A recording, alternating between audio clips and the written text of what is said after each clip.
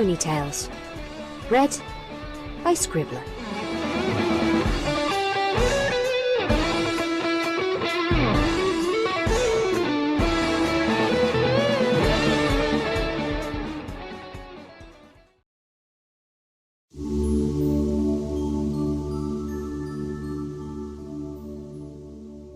Regal in Discretion by North Star. And the next thing I knew, the shelves were completely cleared. Thankfully, the window was open at the time, or Rainbow Dash would have been picking up broken glass as well as books. The two ponies shared a laugh at yet another amusing incident at the Ponyville Library. The early morning sun streamed through the stained glass windows of the corridor, casting a rainbow-coloured glow on both mares. Breakfast was a recent memory, and Princess Celestia and Twilight Sparkle were sharing a light walk through the castle to work it off. Was she injured at all? The princess asked. Not even a scratch. I'll never know how she doesn't get hurt while doing all these stunts more often. She certainly is gifted, that filly. Not gifted enough to spend her entire morning nap time reshelving. It wouldn't have been fair to Spike to make him clean up after her. A moment's silence passed as they walked, reaching the end of the corridor. Student and teacher passed through a doorway to a vast courtyard in the heart of the castle. Nearby was a tall, slender tower, the home of the co-regents of Equestria. Twilight had only been in this tower a few times in her years in Canterlot, always afraid of intruding on her mentor's private life. It was with some trepidation that she followed Celestia into that very same tower now. And how are things with your special friend? Twilight smiled despite herself. Amazing! We do so much together. Talking, studying, going for walks in the woods. I'm still spending some time with my other friends, of course, but I'm having so much fun. During last week's meteor shower, we had a picnic in this small clearing in the middle of Whitetail Wood to watch. Just the two of us. It was wonderful. And I've been promised a private dinner when I go home tomorrow evening. She blushed as she realized how much she was babbling. Celestia only smiled. I'm very happy for you, Twilight. You have learned so much about friendship in the past few years. Now you have an opportunity to apply what you've learned in an even greater way.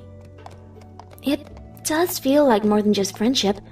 We're very good friends, but it feels different. We've done things together that I would never have dreamed of doing with the others. Please go on. Well, it's funny you should ask. Oh, never mind. No, go on. Twilight's blush deepened. She had to ask, no matter how embarrassing it was. She only hoped the princess would not think any less of her. The thing is, I could use some advice. It's really embarrassing, but I can't really ask any pony else. Maybe Cadence or Rarity, but I'd rather not. I'm listening. Well, you see, we went back to the library after the meteor shower was over. It was late, and I suggested spending the night. She looked down at her hooves, dreading the thought of making eye contact. It didn't make sense to put the guest bed together when my bed was big enough for both of us. You can probably figure out the rest. I see, Celestia replied. The thing is, you see, Twilight began, sounding more like Fluttershy than herself. When we were, you know... Yes? The princess suppressed the urge to finish the story on her student's behalf. She had a good idea of what Twilight was about to say, but did not want to interrupt. The filly had to say the words herself. It was the only way she would learn. Well, we were together, and my horn, went off. The last words were spoken with barely a whisper. Celestia was silent for a moment, as if delicately considering her response. That must have been embarrassing for you, she finally replied sympathetically. Not half as embarrassing as explaining to Spike why his basket was full of flowers the next morning. Twilight let out a nervous laugh. I can imagine. I couldn't figure out how to turn the flowers back into his pillow and blankie either. I don't know what it is about me and accidental spells turning things into plants. At least Rarity liked them. It was at this point that Twilight noticed that they were right outside the door to Princess Celestia's private quarters.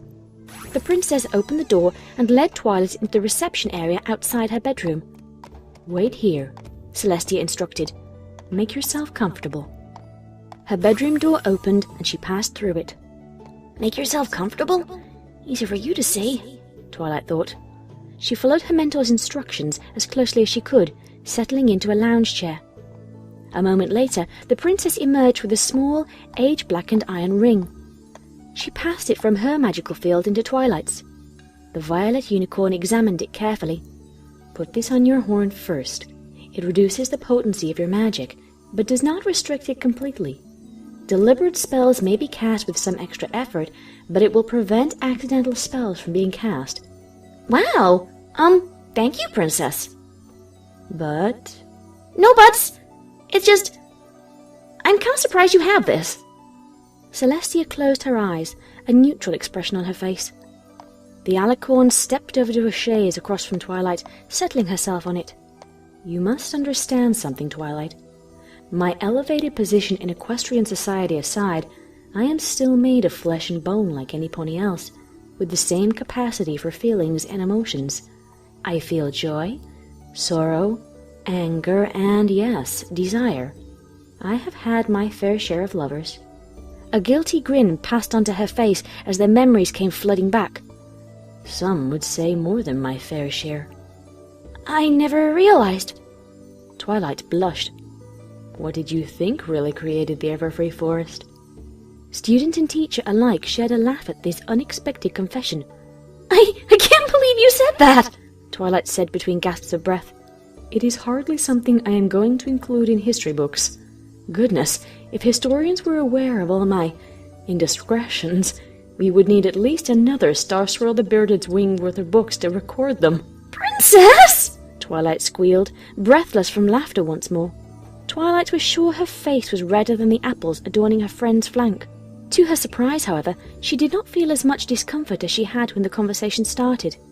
The invisible barrier between teacher and student that had been felt since fillyhood did not feel impenetrable anymore, and the unicorn did not quite know how to approach the situation. Matters of romance, she finally selected as a definition, were not the usual topic of discussion with one's teacher. But if she was no longer a student, what was she? Celestia smiled at her young charge. She rose from her seat and approached her, leaning down to draw her into a hug. "There is no shame in growing up, Twilight. Remember that." "I will." "You have much to be proud of. Since we first met at your entrance examination, you have grown and matured into a fine young mare. I am very proud of you." "Wow! Thank you!" Twilight replied ecstatically. "And if you ever need more advice, or have any questions, do not hesitate for a moment to ask. After a life as long as mine, there is very little that will come as a surprise." Celestia loosened the hug to look at her student. "As I said, you have grown up. Regrettably, you will not be my faithful student much longer. I hope that, once that momentous day comes, we will remain in contact with each other. Not as student and teacher, but as friends." Friends. The idea of being friends with the pony she admired more than any other had always seemed like such an impossibility. Something she would only achieve when she had nothing left to learn and could consider herself an equal with the princess, as if she ever could. "I would like that, princess." "And I hope that when you visit next, you will not come alone." "It's a deal, friend."